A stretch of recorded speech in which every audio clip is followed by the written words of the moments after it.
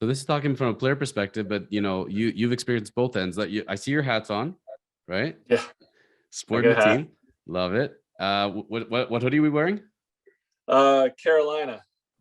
Okay, so So UNC plays at 9 o'clock this morning. It's a team that I kind of watch a little bit and enjoy them, and they're a fun college team to root for. Love it. But people now, in today's game that know Steve Karsay, they know him as the pitching coach, the bullpen coach. So you came up in the Indians Guardians farm system as a coach. And I always envision you ending up in Cleveland and as bullpen coach, graduating to pitching coach, maybe manager one day. And that didn't happen. You ended up going to Milwaukee of all places. Walk us through that process as far as how did you end up from one organization to the other, having been so ingrained in Cleveland? Yeah, so at the end of my career in 2000, end of 2006, 2007, I made that transformation of semi-retiring. I had surgery on my shoulder at the end of that season, just to get healthy. I took a few years off, made some phone calls because I felt like at 36 I was at home, and I needed more in my life at that particular time. So started making some calls, and I was fortunate enough. He's in the organization now. Mark Shapiro and Ross Atkins were with the Guardians or the Indians at the time. We could call them Indians for our purposes, yes. Yeah. And then I got hired by the Indians, and then started my career at the lowest level. I wanted to learn how it worked from the ground up, just like I've always done, whether it was a player or growing up in life. It's hard to, it never really works if you start at the top and work down. So you got to work down and get to the top. So I learned the basics of it. Each year I got better and better at the craft of coaching, and gained experience, learned the little things about coaching that you need to be a good coach. And that is learning how to communicate, learning how that each guy is his own individual and he has his own little quirks or his own little things. You might be able to say one thing to one guy, but you have to say another thing to another guy. There's certain guys that are more sensitive. There's certain guys you can get on and give them a kick in the butt, more often than the other guy, where the other guy, you won't get the best out of them if you handle them in that aspect. Almost like kids, so it's like running a law firm, my friend. It's no different. As soon as you have an organization, you could be running Facebook, and guess what? You have 10,000 employees. Same idea. Yeah, they're not all the same. So, I got there, went through there for 3 or 4 years, and then got the AAA job. Yes. Spent 3 years in Columbus with that team, and then off season I was sitting at home. A player development coach who runs the player development for the Indians calls me and says, "Hey, the Brewers called. They want you to take an interview for their bullpen coach job. Do you want to take the interview?" I was granted the interview. Went up to Milwaukee, sat in front of the crew up there, whether it be David Stearns, Matt Arnold, and those guys. Went through the interview process, Craig Counsell, obviously. And then, went home the next day. By the time I walked off the plane, Craig Counsell called me and asked me if I wanted the job. So the interview must have went well. I took the job, spent 3 years in Milwaukee as their bullpen coach, and had an unbelievable time with the players and the guys I had in the bullpen, and developing those relationships, which I still have today. And then this past off season, with my son turning 11 and being in baseball for such a long time and coaching for 10 years of his 11 years of his life, I just decided to step down and do what was best for my family and kids. The hardest decision probably that I've ever had to make in my life, but I know it's the right decision because it's for my family and it's for my son.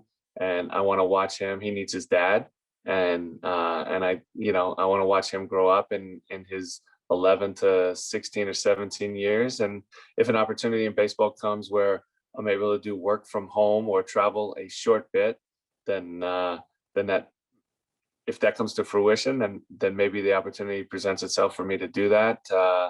And we'll see what happens. But it's been a great run, and I love baseball. I love what I do, and those relationships are amazing that I've developed over the last not only 3 years in Milwaukee, but the last 10 years of the guys I've coached, and I still keep in contact with them, and it's a lot of fun.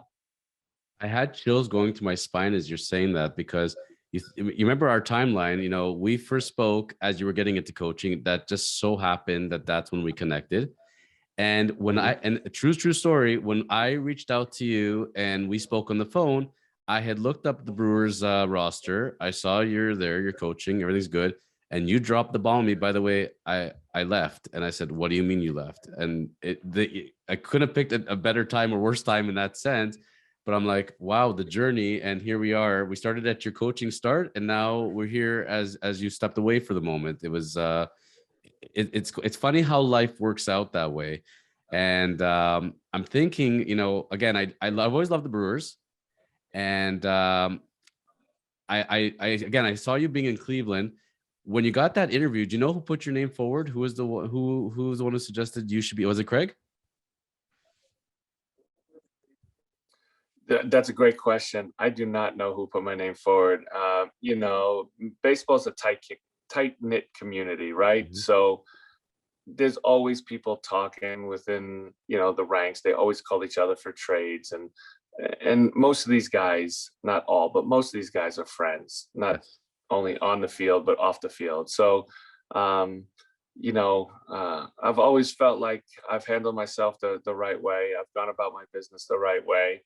And if you do that and you're good at your job, opportunities will present itself. And again, I was just fortunate enough to be uh you know put in that position and have the opportunity to get that job. And I'm so fortunate I did. It was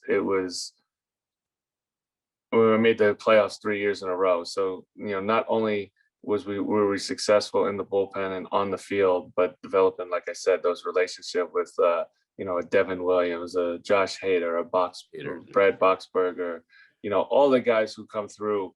And I know I'm missing a lot of names, but there are a lot of guys that are super special to me, and all of them just were super ecstatic for me when I stepped away, because they know Kingston still well over the last 3 years, and they've seen him grow up for 3 years. And they just as hard as it was for me to step away for them, they understood why.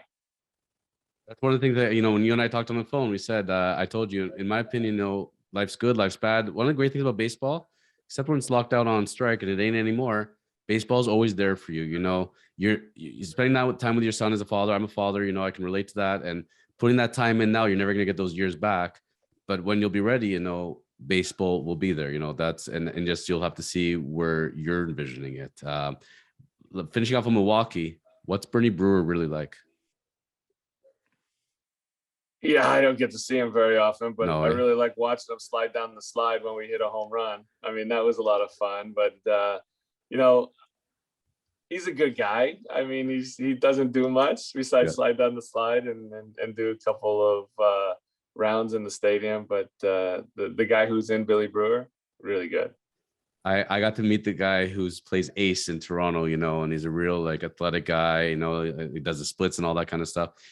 I give those guys a lot of credit. Walk around in that costume all game long, doing what they're doing. Hats off to them. You can't pay me enough money to do that. Yeah, the one interesting figure, I call him interesting because you never know what's going to come out of his mouth, was the interaction with Bob Uecker just about on a daily basis, because he's always around he does the radio and he's always around the clubhouse. And this guy is a special guy when you are able to talk to him and hear his stories. You want a good Bob Uecker story? Sure. Okay, so I met Bob Uecker. I'm going to be talking about this in another episode, where how do you get autographs of your favorite celebrities? So I was a big autograph geek back in the day, and Dave Parker was one of my favorite players, and he was on Milwaukee at the time. And so I was camping out day and night at the hotel. I got to meet Dave Parker. I want the Cobra's autograph. So as I'm waiting by the team bus, no Dave Parker, but Bob Uecker comes sprinting down and goes into the team bus. Bob Uecker gives me the finger, and I'm like a kid. I'm like 15 or something. And I'm like, why is Bob Uecker doing this? Anyways, and he seems really angry. So I kind of just, I don't know what I did. I honestly didn't even see him. I just stood there, right? So I come back to the hotel that night. Cobra got 2 home runs for the Brewers against the Jays. I'm all ramped up, and I get a tap on the shoulder, and I look over, and it's Bob Uecker. And I'm like, Mr. Uecker, how are you? And he says, hey, kid, listen, I'm really sorry about that. These kids were pestering me in the lobby the whole afternoon. It was for them behind you, not yourself. So I'm really sorry about that. Would you like an autograph or something? I got the one baseball, but I'm saving it for Dave Parker, right? So I can't get Bob Uecker to autograph it. So I look at him, I said, Mr. Uecker, I don't need an autograph. What I would like to do is shake your hand and tell you, I really loved you in Mr. Belvedere. I thought you were a great actor. And he gives me this crooked look, like he thinks I'm actually lying to him. But I love Mr. Belvedere. It was amazing. But little known fact, Bob Uecker was a TV show he had the time where he had an English butler and he had his family. And anyways, he was Mr. Belvedere, and he was obviously Major League. But you got to meet Bob Uecker and spend some time with him. I can only imagine the stories he's got. Oh, we don't have enough time to listen to all his stories with all of the guys, but yeah, he's a special guy, and very fortunate again to get the opportunity to know him and get to know him a little bit more than just from the outside. Thank you for enjoying today's episode of the Chosen Life podcast. Go ahead and hit the subscription button below and the notification bell to catch all of our great shows. And remember to contact the Chosen Lawyers when you are ready for your next real estate and commercial transaction. Go to kormans.ca.